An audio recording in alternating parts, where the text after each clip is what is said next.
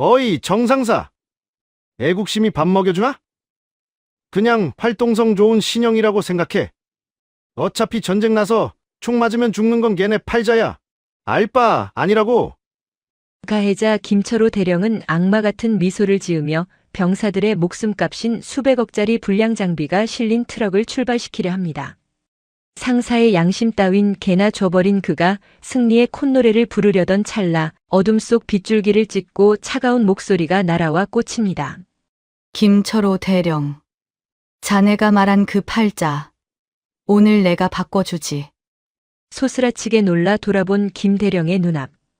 우비를 벗어던진 그녀의 어깨 위에는 그가 평생을 기어도 닿지 못할 별 3개가 서슬퍼렇게 빛나고 있었습니다. 부패한 장교들을 규정집 하나로 참교육하는 전설의 행정관 박성의 중장의 이야기. 재미있으시다면 구독과 좋아요 부탁드립니다. 지금 바로 시작합니다. 계룡대 육군본부 본청 3층 군수참모부장실 앞 복도는 적막했지만 그 공기는 칼날처럼 날카로웠다. 대리석 바닥을 울리는 박성의 중장의 군화 소리는 단순한 발걸음이 아니었다. 그것은 지난 30년 군 생활 동안 비사관학교 출신 여성이라는 이중의 꼬리표를 달고도 기어이 별셋을 달아낸 자만이 낼 수 있는 묵직하고도 위협적인 파열음이었다. 박 중장은 군수참모부장실 문 앞에서 잠시 멈췄다. 문 안쪽에서 희미한 웃음소리가 새어나왔다. 실장님 곤란합니다. 부장님께서 현재 주요 방산업체 관계자와 화상으로 긴급 전력 회의 중이십니다. 최만석 소장의 전속부관인 김대위가 식은땀을 흘리며 앞을 막아섰다. 박 중장은 싸늘한 눈으로 김대위의 명찰을 훑었다. 전력회의? 김대위, 자네는 민간 골프장 예약 확인 전화가 전력회의로 들리나? 비켜. 하지만 실장님 의전 절차상. 감찰에는 성역도 의전도 없다. 비키지 않으면 자네도 감찰 방해로 징계위원회에 회부하겠네. 박 중장이 김 대위의 어깨를 밀치고 문을 벌컥 열었다. 방 안의 풍경은 가관이었다. 대형 스크린은 꺼져 있었고 최만석 소장은 최고급 가죽 소파에 비스듬히 누워 시가 냄새가 진동하는 연기를 뿜고 있었다. 탁자 위에는 작전 지도가 아니라 명품 골프웨어 카탈로그가 펼쳐져 있었다. 최 소장은 박 중장을 보고도 일어날 생각조차 하지 않았다. 그는 육군사관학교 출신이자 군내 사조직 청죽회의 핵심 멤버였다. 그에게 비육사 출신인 박 중장은 계급만 높지 근본 없는 굴러온 돌에 불과했다. 어이쿠 박 장군. 노크는 장식인가? 감찰실은 예절 교육 예산이 부족한가 보네. 최 소장이 입꼬리를 비틀며 빈정거렸다. 박 중장은 뚜벅뚜벅 걸어가 골프 카탈로그 위에 두툼한 서류 뭉치를 쾅소리 나게 내려놓았다. 최 소장. 이번 차세대 개인 방호 장비 사업, 일명 수성 프로젝트의 1차 납품 검수 조서입니다. 3일 전이 마감이었는데 왜 아직도 결제가 안 났습니까? 아, 그거? 실무진들이 꼼꼼하게 보느라 늦나 보지. 우리 군수 쪽 일은 전문성이 생명이라 감찰 쪽에서 왈가왈부할 게 아니야. 박 장군이 뭘 알겠어? 야전에서 삽질이나 해봤지 이런 수천억짜리 계약을 다뤄봤나? 최 소장은 박 중장의 야전 군단장 경력을 은근히 비하하며 담배를 재떨이에 비벼 껐다. 모르는 건 제가 아니라 최 소장님 같습니다. 수성무역 대표가 소장님 육사 동기인 김만수 예비역 대령이라는 것. 그리고 지난달 소장님 관사로 배달된 한우 세트와 골프채가 수성무역법인카드로 결제되었다는 사실을 제가 모를 거라 생각하십니까? 최 소장의 표정이 순식간에 굳었다. 능글맞던 눈빛이 독사처럼 변했다. 박성희. 말 조심해. 지금 동기 사랑을 뇌물로 엮으려는 건가? 이거 명예훼손이야. 그리고 내 뒤에 누가 있는지 잊었나 본데 국회 국방위 간사님이 내 고등학교 선배야. 감찰실장 자리 보전하고 싶으면 적당히 해. 자리는 필요 없습니다. 제 관심사는 오직 병사들의 목숨값으로 장난치는 쥐새끼들을 잡는 것뿐입니다. 오늘 자정까지 소명 자료 제출하십시오. 안 그러면 내일 아침 이 서류는 육군 참모총장 책상이 아니라 군 검찰단 압수수색 영장에 첨부될 겁니다. 박 중장이 뒤도 돌아보지 않고 방을 나갔다. 문이 닫히자마자 방 안에서는 고가 도자기가 깨지는 소리가 들려왔다. 전쟁의 서막이었다. 육군본부 지하 2층 문서고 구석에 위치한 감찰실 제사분석실. 창문 하나 없어 밤인지 낮인지 알 수 없는 이곳은 감찰실의 유배지로 불렸다. 환풍기 돌아가는 소리만이 윙윙거리는 어둠 속 모니터 불빛에 의지의 눈을 비비고 있는 남자가 있었다. 이명훈 소령이었다. 그는 본래 군수참모부 에이스였다. 하지만 최만석 소장이 추진하던 사업의 단가 부풀리기를 지적했다가 조직 융화 부적격이라는 꼬리표를 달고 이곳으로 쫓겨났다. 그의 책상 위에는 에너지 드링크 빈 캔이 산처럼 쌓여 있었다. 좀 나왔나? 낡은 슬리퍼를 끈 채 들어온 남자는 박동훈 준이었다. 30년 경력의 베테랑 수사관이자 산전수전 공중전까지 겪은 감찰의 귀신이었다. 그는 김이 모락모락 나는 믹스커피 2잔을 책상에 놓았다. 준이님, 이거 보십시오. 정말 미친놈들입니다. 이 소령의 목소리가 가늘게 떨렸다. 그가 가리킨 모니터에는 복잡한 엑셀 시트와 암호화된 자금 흐름도가 거미줄처럼 얽혀 있었다. 수성무역에서 납품한 방탄판의 원자재 코드, 시사 공구로 되어 있습니다. 국방 규격상 이건 고강도 세라믹 복합 제어야 합니다. 그런데 관세청 통관 데이터를 해킹. 아니, 우회 접속해서 대조해보니 실제 들어온 물건의 코드는 P220입니다. P220이면 공업용 플라스틱 합성 수지입니다. 중국 산둥성 지방 공장에서 만드는 저가형이요. 겉에 코팅만 그럴싸하게 해서 국산 최고급품으로 둔갑시킨 겁니다. 개당 납품 단가 차액이 45만 원입니다. 이번 1차 납품 물량이 5만 개니까 225억. 박준희가 짧게 탄식했다. 225억 원. 그 돈이면 전방 GOP 소초들의 난방 시설을 다 바꾸고도 남을 돈이었다. 누군가의 호주머니로 들어간 그 돈 때문에 병사들은 적탄을 막아줄 방패 대신 플라스틱 쪼가리를 가슴에 품고 작전에 나가야 했다. 더 심각한 건 성능시험 성적서입니다. 국방기술품 질원 서버에 접속 로그가 남아 있습니다. 최종 승인 날짜가 일요일 새벽 3시입니다. 담당자 아이디가 아니라 관리자 마스터키로 접속해서 데이터를 덮어 쓴 흔적이 역력합니다. 1차 테스트 결과는 관통, 즉 실패였는데 1분 만에 완벽 방어로 데이터가 수정됐습니다. 이 소령은 주먹을 꽉 쥐었다. 이것은 단순한 비리가 아니었다. 전시의 아군을 학살하는 행위나 다름없는 이적 행위였다. 서류는 완벽해. 이 정도면 최만석의 목을 조를 순 있지만 숨통을 끊을 순 없어. 그 뱀 같은 놈은 실무자의 단순 입력 실수라고 꼬리 자르기를 할 거야. 박준희가 날카로운 눈빛으로 모니터를 응시했다. 실물이 필요해.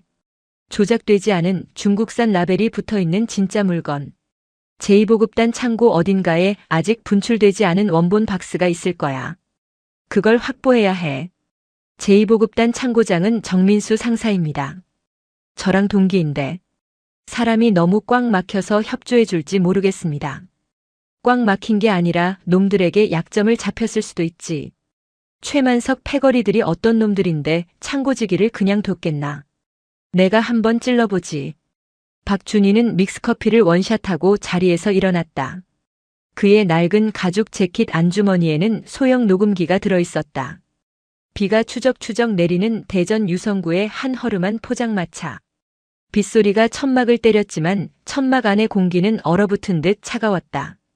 제2보급단 창고장 정민수 상사는 고개를 푹 숙인 채 소주잔만 만지작거렸다.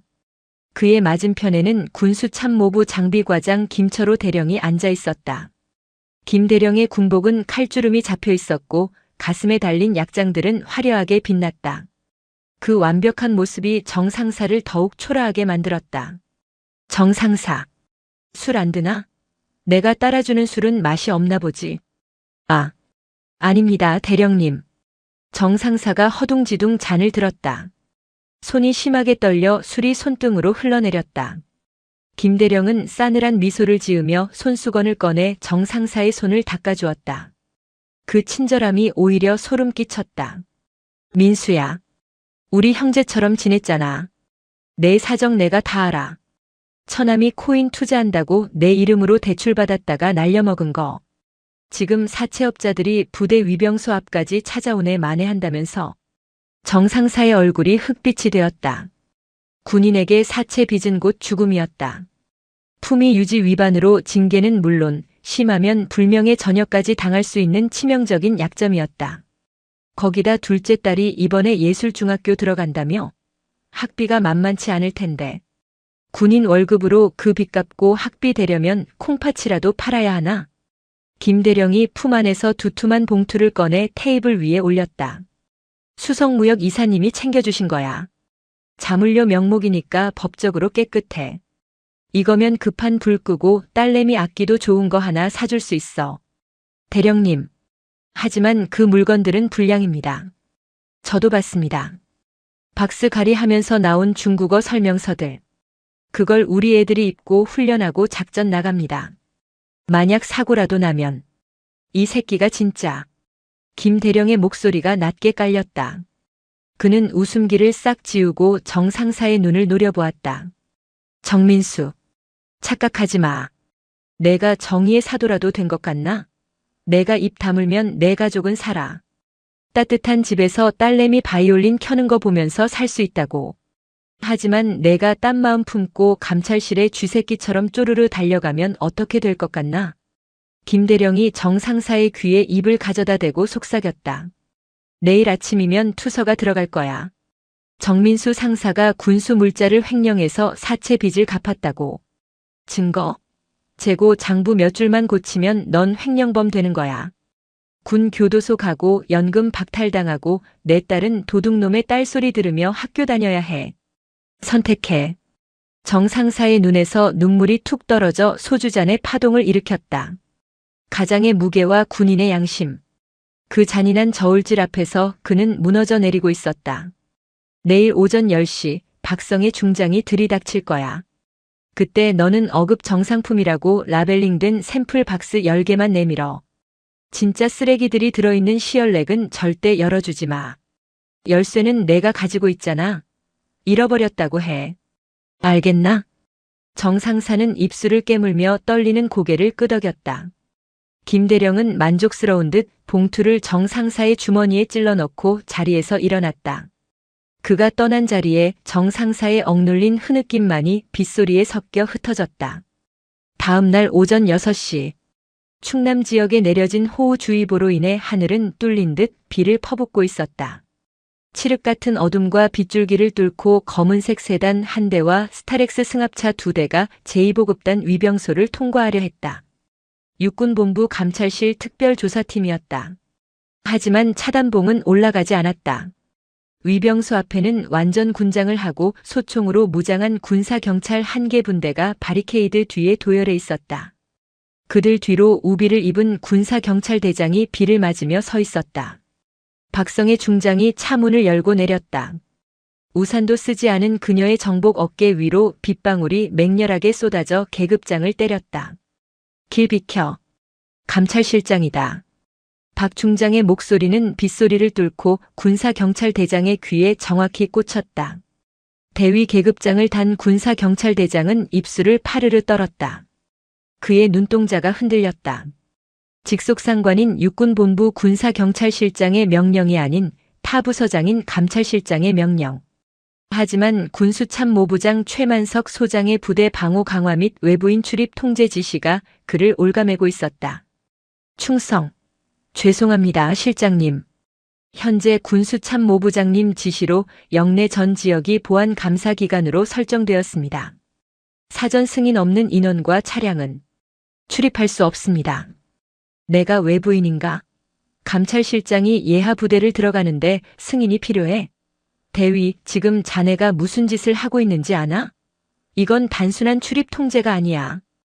군 사법 절차 방해죄다. 명령을 따를 뿐입니다. 대위는 울상이 되어 고개를 숙였다. 별셋의 위압감과 직속 라인의 압박 사이에서 그는 질식할 것만 같았다. 그때 위병소 안쪽 행정 안내실 문이 열리며 김철호 대령이 걸어 나왔다. 그는 한 손에 믹스커피가 든 종이컵을 들고 다른 손에는 우산을 든 채 여유롭게 걸어왔다. 그의 군화는 진흙 하나 묻지 않은 채 반짝였다. 아이고 선배님. 이 궂은 날씨에 여기까지 웬일이십니까?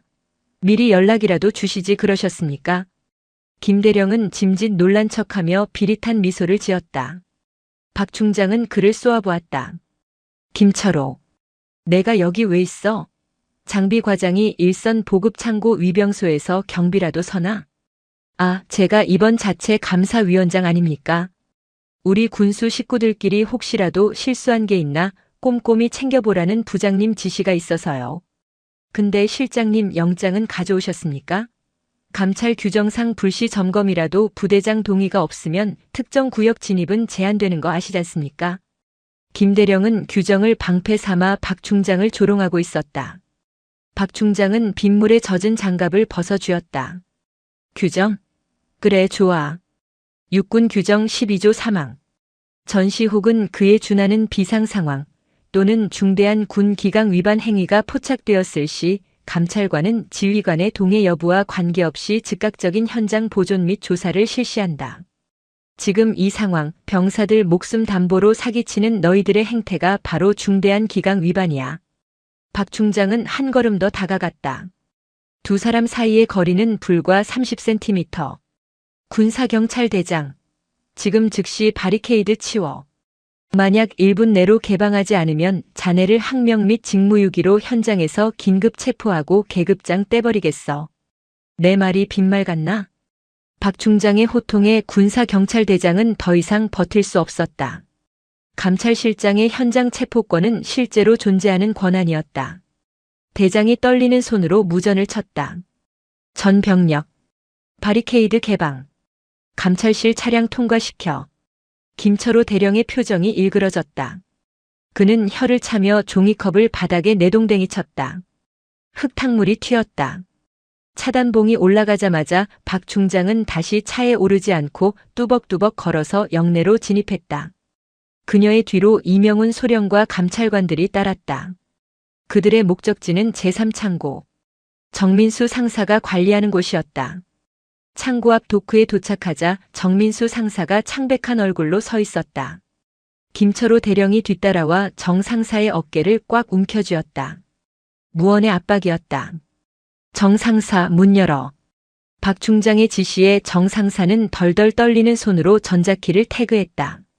육중한 철문이 굉음을 내며 열렸다.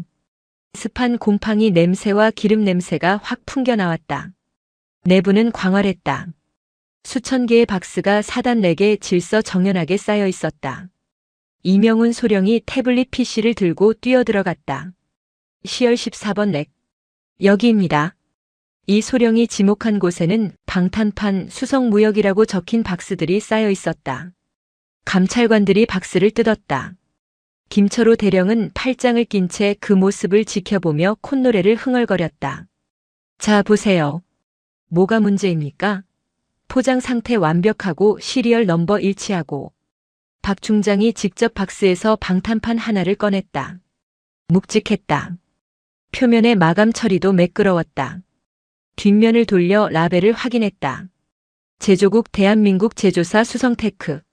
이명훈 소령 확인해봐. 이 소령이 휴대용 비파괴 검사기를 방탄판에 갖다 대었다. 삐빅 하는 소리와 함께 화면에 성분 분석표가 떴다. 이 소령의 얼굴이 하얗게 질렸다. 실장님, 정상입니다. 고밀도 세라믹 98%. 완벽한 정품입니다. 박스 하나를 더 뜯었다. 정상이었다. 그 옆의 박스도 뒤쪽의 박스도 마찬가지였다. 창고 안의 모든 물건은 국방 규격을 완벽하게 충족하는 진짜였다. 김철호 대령이 박수치며 웃음을 터뜨렸다. 아이고, 우리 엘리트 이명훈 소령님이 장비를 잘못 다루시나? 아니면 감찰실 정보력이 이 정도밖에 안 되나? 밤새도록 빗길 달려오셔서 고생하셨는데 이거 미안해서 어쩌나. 따뜻한 차라도 한 잔 드시고 가시겠습니까? 박 중장은 방탄판을 바닥에 내려놓았다. 그녀의 시선이 정민수 상사를 향했다. 정 상사는 고개를 푹 숙인 채 시선을 피하고 있었다. 밤새 박스가리가 있었던 것이다. 진짜 불량품은 이미 어디론가 사라졌고 보여주기식 정품들로 렉을 채워 넣은 것이 분명했다. 하지만 물증이 없었다. 현장은 너무나 깨끗했다. 철수한다. 박 중장은 짧게 명령했다. 더 이상 이곳에 있어봤자 김철호의 조롱거리만 될 뿐이었다. 그녀는 돌아서며 김 대령에게 나직이 말했다. 오늘 내가 이긴 것 같지? 너무 크게 웃지 마라. 턱 빠진다. 육군본부로 복귀하는 차량 안 박성의 중장의 휴대폰은 쉴 새 없이 진동했다. 받지 않아도 누구인지 무슨 내용인지 알 수 있었다. 국방일보를 비롯한 주요 언론사들의 속보 알람이 팝업창을 가득 메웠다.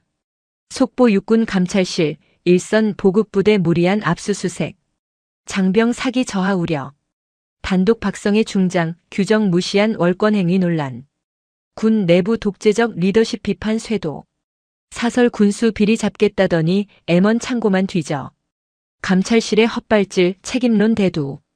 군 내부 인트라넷 게시판과 익명 앱 블라인드는 더 심각했다. 감찰실장이 자기 실적 채우려고 밤새 애들 괴롭혔다더라. 여군 최초 중장 타이틀 달더니 눈에 뵈는 게 없나 봄. 군수부장 라인 타려다가 찍힌 거라던데? 검증되지 않은 찌라시들이 팩트인 양 퍼져나가고 있었다. 최만석 소장이 심어둔 댓글 부대와 여론전팀이 본격적으로 가동된 것이었다. 계룡대 본청에 도착하자마자 국방부 장관 비서실장이 대기하고 있었다. 장관님께서 찾으십니다.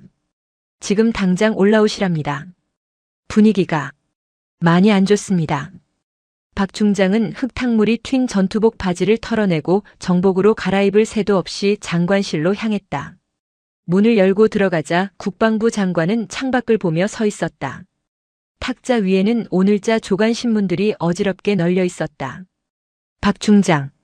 장관이 천천히 돌아섰다. 그는 평생을 관료로 살아온 정치인이었다.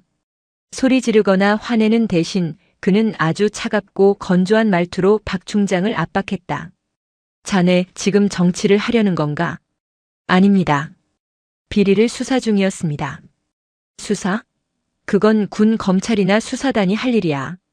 감찰은 조직의 안정을 해치지 않는 선에서 기강을 바로잡는 게 주임무네. 그런데 자네는 지금 조직을 찢어발기고 있어.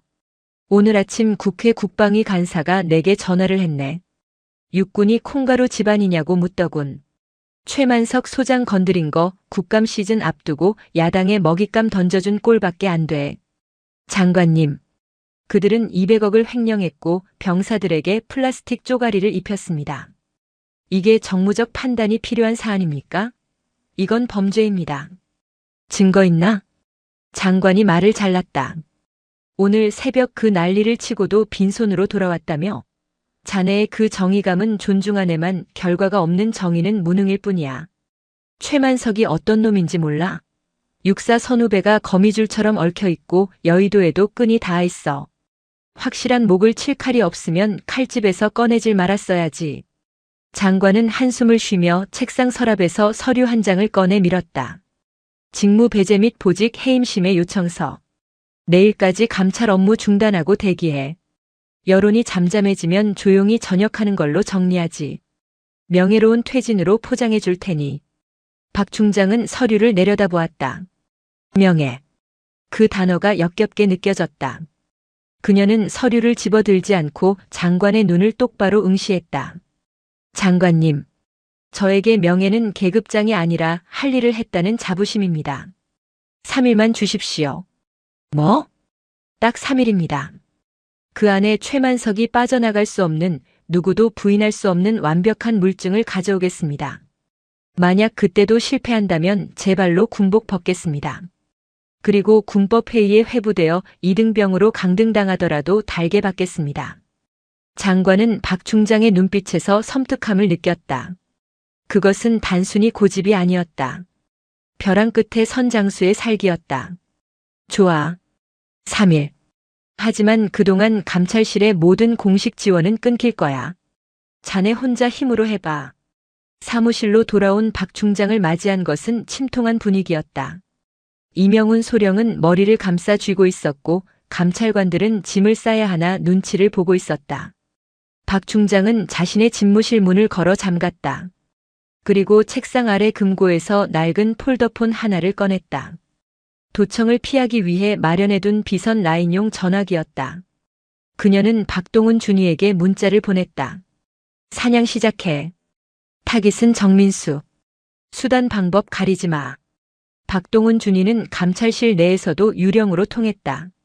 그는 공식적인 감찰 활동보다는 그림자 속에서 정보를 수집하고 필요하다면 더러운 일도 마다하지 않는 해결사였다. 박 중장의 문자를 받은 그는 입가에 쓴웃음을 지으며 담배를 비벼 껐다. 결국 칼을 뽑으셨군. 그날 밤 10시. 대전의 한 외진 상가 주차장. 정민수 상사는 대리운전을 기다리며 비틀거리고 있었다. 그는 오늘 낮 김철호 대령이 쥐어준 돈으로 빚을 일부 갚고 남은 돈으로 포금을 했다.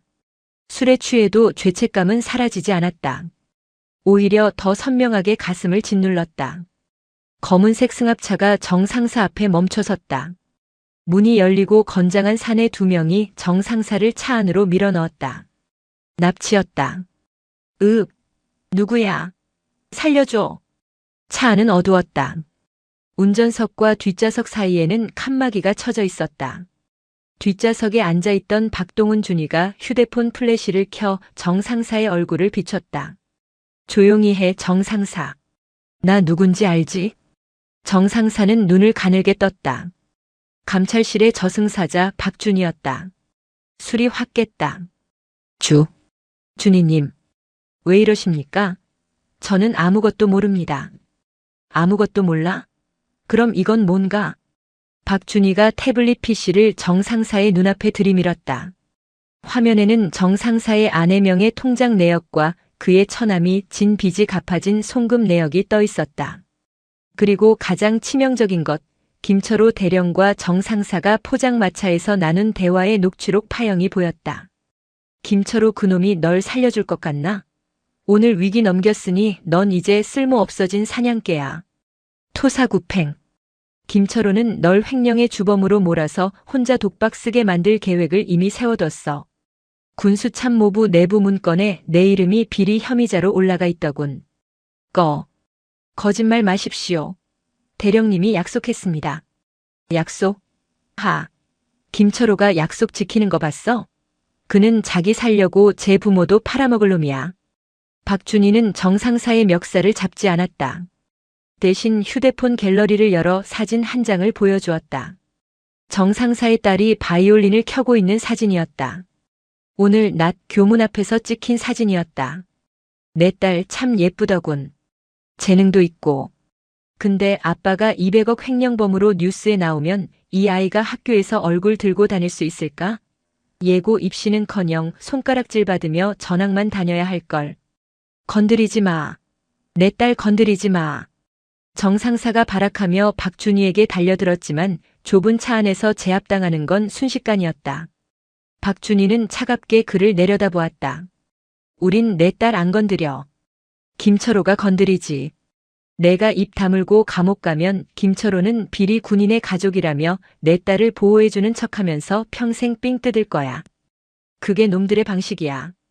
정 상사는 털썩 주저앉았다. 오열이 터져나왔다. 빠져나갈 구멍이 없었다. 김철호에게 가도 죽고 감찰실에 가도 죽는다. 정 상사. 선택지는 하나야. 내부 고발자가 되어라. 그러면 박 중장님이 참작 사유 만들어서 실형은 면하게 해주실 거야. 딸 앞에서 실수한 군인은 될 수 있어도 범죄자 아빠는 되지 말아야지. 박준희의 목소리가 부드러워졌다. 그는 정 상사의 어깨에 손을 올렸다.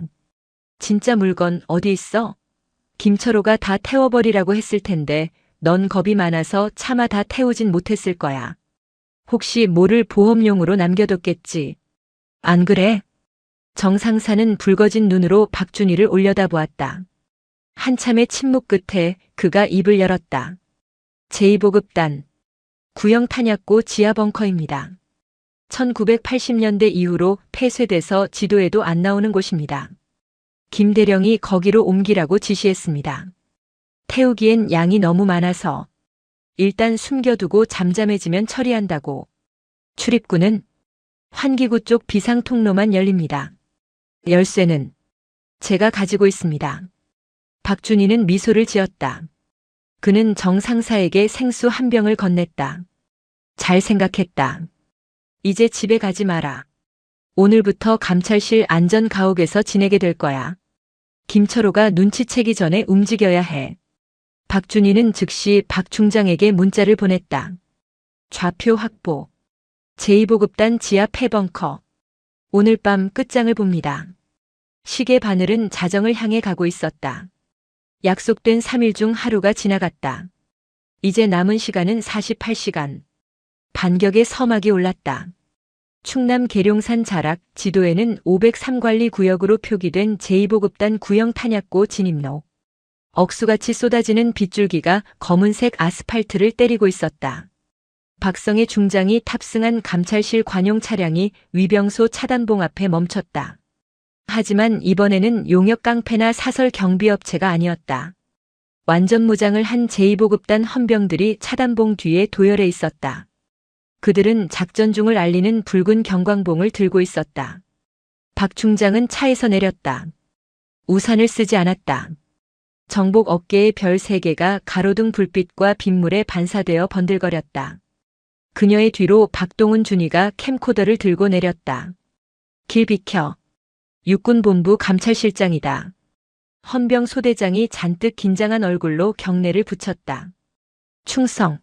죄송합니다, 실장님. 현재 시각부로 군수참모부장님 명에 의해 이 구역은 긴급 불용물자 처리 작전 지역으로 선포되었습니다. 인가된 차량 외에는 출입이 통제됩니다. 박 중장은 눈 하나 깜짝하지 않고 박동훈 준이에게 손짓했다. 박준이가 캠코더 녹화 버튼을 눌렀다. 붉은 불이 들어왔다. 중위. 자네 이름과 군번대. 제2보급단 헌병소대장 중위 이상진입니다. 군번 18-103XX. 지금 이 순간부터 모든 상황은 체증된다. 이상진 중위, 자네는 지금 육군 감찰 규정 제12조 감찰관의 부대 출입 권한을 군수참모부장의 구두 명령만으로 막아서고 있다. 이것이 나중에 법적 다툼으로 갔을 때 자네가 상관의 정당한 명령에 따랐음을 입증할 문서가 있나? 작전 명령서 원본 확인했나? 중위의 눈동자가 흔들렸다. 그는 전화로 지시받았을 뿐 문서를 본 적이 없었다. 군대 행정에서 근거 문서 없는 명령 수행은 독박을 쓰는 지름길이었다. 만약 문서 없이 내 앞을 막는다면 자네는 직권남용 권리행사방해죄의 공범이 된다. 이 영상은 군 검찰단과 헌병 때의 증거물로 제출될 거다. 자네 장기 복무 신청했다고 들었는데 여기서 옷 벗고 싶나? 박 중장의 목소리는 차분했지만 그 내용은 총알보다 치명적이었다. 장기 복무 옷 벗는다. 직업 군인에게 이보다 무서운 협박은 없었다. 중위가 마른 침을 삼켰다. 최만석 소장의 백보다 당장 눈앞의 규정 위반이 더 무서웠다. 그가 떨리는 목소리로 무전을 쳤다. 차. 차단봉 올려. 바리케이드가 열렸다. 박 중장은 다시 차에 올랐다.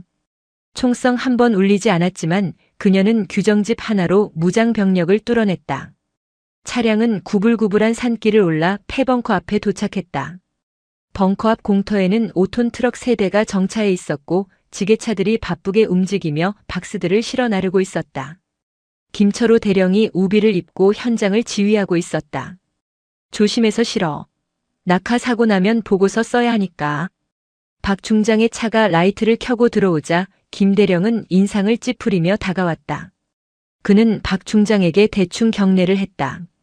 실장님 기어이 오셨군요. 보시다시피 저희는 정당한 불용품 폐기 절차를 밟고 있습니다. 내구연한 지난 장비들 소각장으로 보내는 중입니다. 공무 집행 방해하지 마시고 돌아가시죠. 김 대령은 자신만만했다. 그는 품에서 결제 서류를 꺼내 보였다. 최만석 소장의 직인이 찍힌 폐기물 처리 승인서였다. 서류상으로는 완벽했다. 이 물건들을 막아서면 오히려 박 중장이 월권 행위로 처벌받을 수 있었다. 이명훈 소령이 박 중장의 귀에 속삭였다. 실장님, 트럭이 출발하면 끝입니다. 일단 나가면 민간 소각장으로 갈 텐데 거기서 태워버리면 죄도 안 남습니다. 물리적으로 막을 수 없었다. 헌병들도 김 대령 편이었다. 박 중장은 트럭 앞을 가로막는 대신 주머니에서 붉은색 스티커 뭉치와 봉인 테이프를 꺼냈다. 김철호 대령. 서류는 완벽하군. 하지만 절차 하나가 빠졌어. 뭐가 말입니까? 폐기물 관리 규정 제4조. 화학적 오염이 의심되거나 성분이 불분명한 물자는 환경 영향 평가를 거치기 전까지 이동을 제한한다. 방금 제보가 들어왔어. 이 벙커 안에 보관된 물자들에서 유해 화학물질 냄새가 난다고. 그게 무슨 말도 안 되는 소리야. 이건 그냥 플라스틱 방탄판. 김대령이 아차하며 입을 다물었다. 박 중장이 놓치지 않고 파고들었다. 플라스틱? 자네 입으로 말했군. 서류에는 세라믹 복합재라고 되어 있는데 왜 플라스틱이지? 성분 불일치. 이건 화학적 변형이 일어났다는 증거일 수 있어. 박 중장은 박동훈 준이에게 지시했다. 지금 즉시 전 트럭에 감찰 봉인 조치한다. 환경과학원 조사팀이 올 때까지 이 트럭들은 단 1m도 움직일 수 없다. 만약 봉인을 뜯고 출발하면 군용물 무단 반출 및 환경보전법 위반으로 민간 검찰에 고발하겠다. 김대령, 군법 말고 사회법으로 한번 붙어볼까? 김대령의 얼굴이 사색이 되었다. 감찰 봉인 테이프가 붙는 순간 그 물건은 증거물이 된다. 그걸 떼어내면 현행범이 된다. 이봐, 박 중장. 이거 너무하는 거 아니야? 부장님이 알면. 부장님께 전해. 환경 문제 때문에 감찰실장이 목숨 걸고 막아서더라고. 자네가 책임질 거 아니면 가만히 있어. 박동훈 준이와 감찰관들이 트럭 적재함마다 출입 금지, 감찰 봉인이라고 적힌 붉은 테이프를 칭칭 감았다. 빗물에 젖은 테이프는 선명한 붉은색으로 트럭을 결박했다. 트럭 기사들이 시동을 껐다. 아니, 군인 양반들끼리 합의를 봐요. 우린 딱지 떼이기 싫으니까. 김대령은 씩씩거리며 최만석 소장에게 전화를 걸러 구석으로 갔다. 박 중장은 봉인된 트럭 앞에 버티고 섰다. 그녀는 알고 있었다. 오늘 밤은 꼬박 이 비를 맞으며 트럭을 지켜야 한다는 것을. 다음 날 오전 10시. 계룡대 대강당. 전군 주요 지휘관 회의가 열렸다. 육군 참모총장 주재 하에 전방 군단장부터 후방 사령관까지 100여 명의 별들이 모였다. 최만석 소장은 눈이 퀭한 채 자리에 앉아 있었다. 어젯밤 트럭이 묶였다는 보고를 받았지만 박성의 중장 역시 직권남용으로 감찰 조사를 받게 될 거라 믿었다. 회의를 시작한다. 먼저 군수참모부 동계 피복 보급 계획 보고해. 참모총장의 말에 최 소장이 마이크를 잡으려던 순간이었다. 회의장 문이 열리고 정복 차림의 박성의 중장이 걸어 들어왔다. 그녀의 옷은 깔끔하게 다려져 있었지만 눈빛은 밤샘으로 인해 붉게 충혈되어 있었다. 총장님, 긴급 의제 상정을 요청합니다. 웅성거림이 퍼졌다. 총장이 미간을 찌푸렸다. 박 실장, 자네 지금 감찰 조사 대상 아닌가? 자중하고 대기하라고 했을 텐데. 조사받겠습니다. 하지만 그 전에 우리 장병 5만 명의 생명이 걸린 문제를 먼저 보고드려야겠습니다. 딱 5분만 주십시오. 이 보고가 거짓이라면 저는 이 자리에서 계급장을 반납하고 전역하겠습니다. 총장은 박 중장의 결기 어린 눈빛을 보았다. 잠시 침묵하던 총장이 고개를 끄덕였다. 5분이다. 해봐. 박 중장은 단상에 올랐다. 총을 꺼내지도 소리를 지르지도 않았다. 그녀는 침착하게 USB를 꽂고 프레젠테이션을 시작했다. 첫 번째 슬라이드. 방탄판 성분 분석 결과표. 왼쪽에는 국방규격서상 기준치, 오른쪽에는 어젯밤 트럭에서 샘플링한 물건의 분석치가 떴다. 세라믹 함유량 98% 대 5%. 방호 가능 탄종 5.56mm 소총탄 대 권총탄 관통. 장내가 술렁였다. 5%? 저게 방탄복이야? 두 번째 슬라이드. 자금 흐름도. 복잡한 그래프였지만 결론은 명확했다. 수성무역에서 나온 자금이 페이퍼 컴퍼니 3곳을 거쳐 최만석 소장의 1,000명의 계좌로 들어간 내역. 그리고 그 돈의 일부가 김철호 대령의 유흥비로 쓰인 내역. 최만석 소장이 벌떡 일어났다. 이거 조작입니다. 감찰실장이 불법 사찰로 얻은 자료를 짜깁기한 겁니다. 명예훼손입니다. 박 중장은 대답 대신 오디오 파일을 재생했다. 정민수 상사와 김철호 대령의 대화 녹취였다. 정 상사, 내가 입 다물면 내 딸은 살아. 연금도 지켜주고. 근데 불면 너는 횡령범 되는 거야. 알지? 적나라한 협박. 군인의 명예를 담보로 한 가장 저열한 거래. 회의장에 모인 장군들의 표정이 차갑게 식었다. 그들은 군인이었다. 부패할 수도 정치적일 수도 있지만 적어도 부하의 가족을 건드리는 건 군대라는 조직에서 용납받지 못할 선을 넘은 것이었다. 박 중장이 마이크를 잡았다. 최만석 소장님. 소장님께서는 이 불량 방탄판을 전략적 원가 절감이라고 보고서에 쓰셨더군요. 묻겠습니다. 전시에 적탄이 날아올 때 우리 병사들에게 이건 원가 절감된 방탄복이니 살살 맞아라라고 명령하실 겁니까? 최 소장은 입을 벙긋거렸지만 아무 말도 나오지 않았다. 모든 시선이 그를 향해 경멸을 쏟아내고 있었다. 참모 총장이 마이크를 껐다 켰다. 툭툭.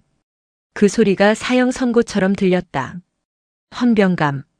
예, 총장님. 최만석 소장과 김철호 대령, 지금 당장 회의장에서 내보내. 직무 정지시키고 조사실로 인계해. 내 눈앞에서 치워. 헌병들이 최 소장의 양팔을 잡았다. 그는 끌려나가면서도 비명을 지르지 못했다. 너무나 명백한 팩트 앞에서 그의 권력은 모래성처럼 무너져 내렸다. 한 달 후, 육군본부 감찰실. 창밖에는 낙엽이 지고 있었다. 박성의 중장은 텅 빈 책상을 손으로 쓸어보았다. 사건은 일파만파였다. 최만석 소장과 김철호 대령은 군 검찰에서 수사를 받다가 뇌물 액수가 너무 크고 민간 업체와 결탁한 혐의가 짙어 서울중앙지검 방산비리 수사부로 이첩되었다. 이제 그들은 군법이 아닌 더 가혹한 사회법의 심판을 받게 될 것이다. 정민수 상사는 정상 참작되어 기소유예 처분을 받았다. 군복은 벗어야 했지만 연금은 지켜냈다. 그는 고향으로 내려가 작은 철물점을 열 준비를 하고 있다는 편지를 보내왔다. 그리고 박성의 중장. 그녀는 영웅이 되었지만 동시에 책임을 져야 했다. 국방부 장관은 그녀를 불렀다. 박 중장. 자네 공은 인정해. 하지만 과정이 너무 거칠었어. 야밤에 부대를 봉쇄하고 내부 비리를 외부에 유출할 위험을 초래했네. 군의 지휘 체계를 흔든 책임. 누군가는 져야 하지 않겠나. 박성희는 토를 달지 않았다. 그녀는 이미 예상하고 있었다. 저녁 지원서 가져왔습니다, 장관님. 장관은 잠시 씁쓸한 표정을 지었지만 이내 서명을 했다. 조직의 논리였다. 문제를 해결한 사람도 문제를 일으킨 사람과 함께 사라져야 조직은 다시 안정을 찾으니까. 박 중장은 짐 상자 하나를 들고 본청을 나섰다. 화려한 저녁식도 의장대에 사열도 없었다. 그녀가 원하지 않았다. 주차장으로 가는 길 이명훈 소령과 박동훈 준이가 기다리고 있었다. 실장님. 아니 장군님. 정말 이렇게 가시는 겁니까? 이 소령의 눈시울이 붉어졌다. 박 중장은 피식 웃으며 그의 어깨를 쳤다. 이 소령. 군인은 말이야 싸워서 이기면 그만인 거야. 전리품 챙기려고 들면 그때부터 추해져. 나는 이겼고 놈들은 졌어. 그거면 충분해. 그녀는 박동훈 준이에게 악수를 청했다. 박준이. 자네는 남아서 끝까지 지켜봐. 또 다른 최만석이 나오면 그때는 자네가 막아. 알았나? 명심하겠습니다. 건강하십시오. 박 중장은 자신의 낡은 승용차에 시동을 걸었다. 라디오에서 뉴스가 흘러나왔다. 뉴스입니다. 수백억 원대 불량 방탄판 납품 비리를 주도한 현역 장성 등이 오늘 구속 기소되었습니다. 검찰은. 그녀는 볼륨을 조금 높이고 엑셀을 밟았다. 위병소를 지키던 헌병이 그녀의 차를 알아보고 급히 차려 자세를 취하며 경례를 붙였다. 충성. 박성희는 창문 너머로 가볍게 손을 들어 답례했다.